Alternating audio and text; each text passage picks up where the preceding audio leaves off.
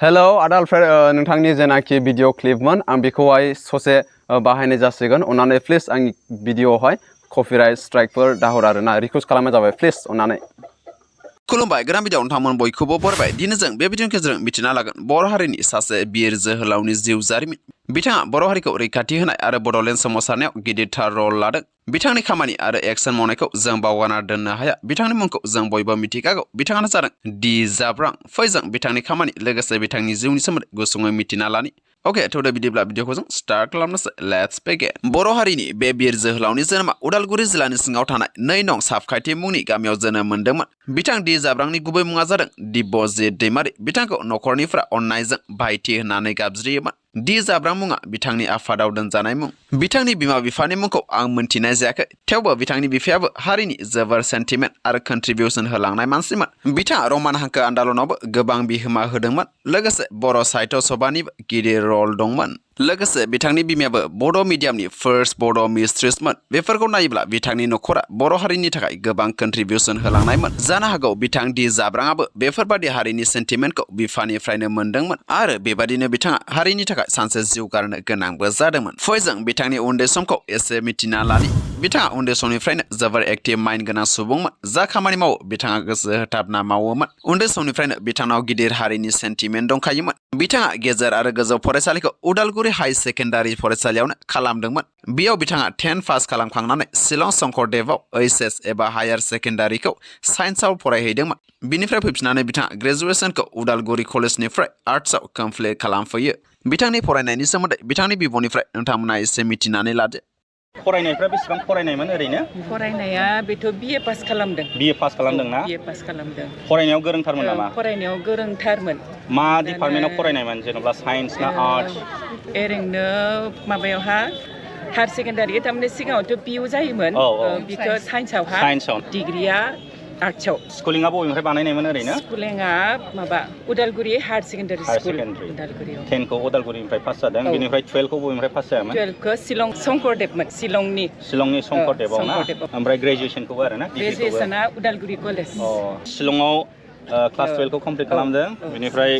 उदालगुरियाव फैफिननानै ग्रेजुवेसनखौ कमप्लिट खालामदों बुंनो थाङोब्ला बिथाङा ग्रेजुवेसन खालामनायनि सिगाङावनो आफादाव हाबखाबायमोन आफादाव थानानै बिथाङा थाखुमायै एबा स्रि आनजादफोरखौ होनानै पास खालामदोंमन आफादाव थानाय समाव बिथाङा गोबां एक्सन खामानि मावदोंमोन बर' हारि सुसिजानायनिफ्राय उदां खालामदोंमोन मानोना बै समाव गुबुन हारिफोर जेरै आदिबासिफोर बर' हारिखौ सुसिदोंमोन नाख्रेबदोंमोन नासयदोंमोन बर' हारिखौ फोजोबस्रांनो नाजादोंमन बेफोर गासैनिफ्राय बर' हारिखौ उदां खालामनायाव जाब्रां बिथांनि गेदेर आखाइ दंमोन बांगाल सावथाल दावरावाव बर' हारिखौ रैखाथि खालामदोंमोन जायगा जायगा बर' ओनसोलनि बांगाल सावथालफोरखौ होस्रांजोबदोंमोन बेफोर गासै डेटाखौ बर' हारिया रेकर्ड खालामजोबनो हायाखै बेल' नङा बिथांमोना सरकारनि पुलिस मिलिटारिफोरखौबो गोबांथार मोगा मोगि खालामदोंमोन बिथांमोननि समाव सरकारनि रैखाथि हान्जाफोराबो थोर मावनो गोनां जादोंमोन बिथांमोननिफ्राय थाखुमा थानो गोनां जादोंमोन सरकारा बिथांमोनखौ फोजोबनो नाजादोंमोनब्लाबो नाथाय हायाखैमोन बिथांमोननि गोहो आरो रोंग'थिया ओरैबादिमोनदि बिसोर गोलाव हाथियारफोरखौ लानानै ओरैनो लाना बेरायथिंबायोमोन सरकारनि मानसिफोराबो बिथांमोनखौ जेबोखौनो खालामनो हायामोन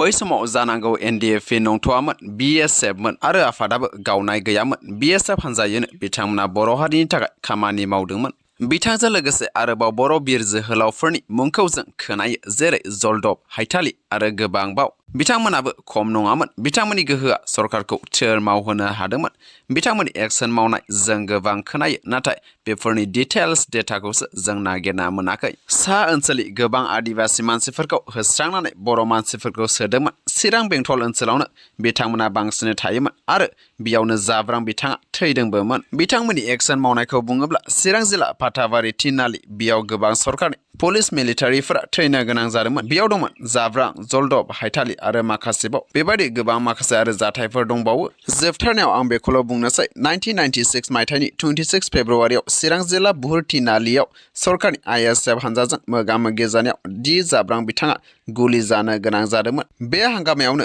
डी जाब्रां बिथाङा जिउ खोमानो गोनां जादोंमोन बे जाथायाव बिथांनि सोमोन्दै जायगानि मानसिफोरा मा बुंदों नोंथांमोना गावनो खोनासंना लादो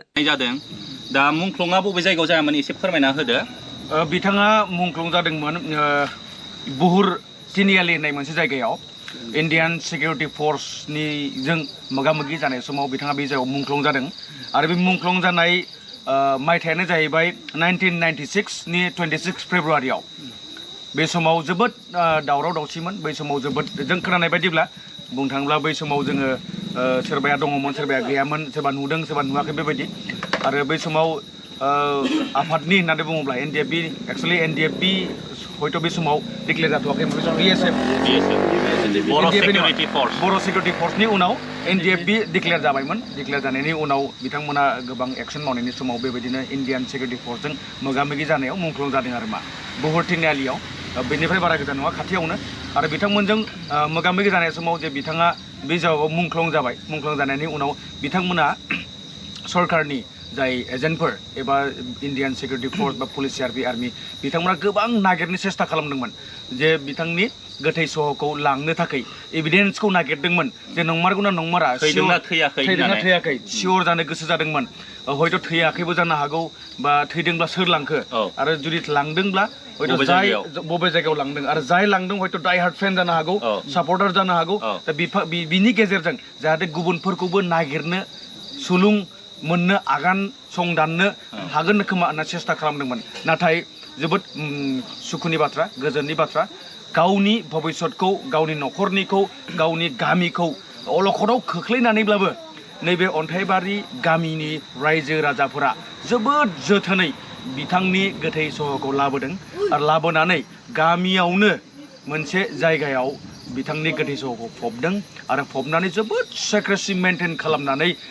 बिटिआर सुक्ति जाजासिमाव रावनोबो मिथिहोआलासिनो दोनदोंमोन आरो मा उनाव बिनि हिस्ट्रिया दायो मोनफानि उनाव मोनफा बारायगासिनो दङ जि हिस्ट्रिया बेखौ सोर दै दौदों जों बेखौबो नागिरगोन दासिमबो बे कमप्लिट नङा दङ सोरबा दै दौदों बे थैनायनि सिगां आं एसे मोनथिबाय बिसोरो फैनानै जोंजों रायलायफैदों सोरनिबा न'आव थैफैदों जिउ हगारफैदों बेखौ जोथोन लादों बिनि उनाव ओरै दुनाबारिजों लाबोनानै बा सेरफांगुरिजों लाबोनाय दायो हिस्ट्रिया ओंखारगासिनो दं आरो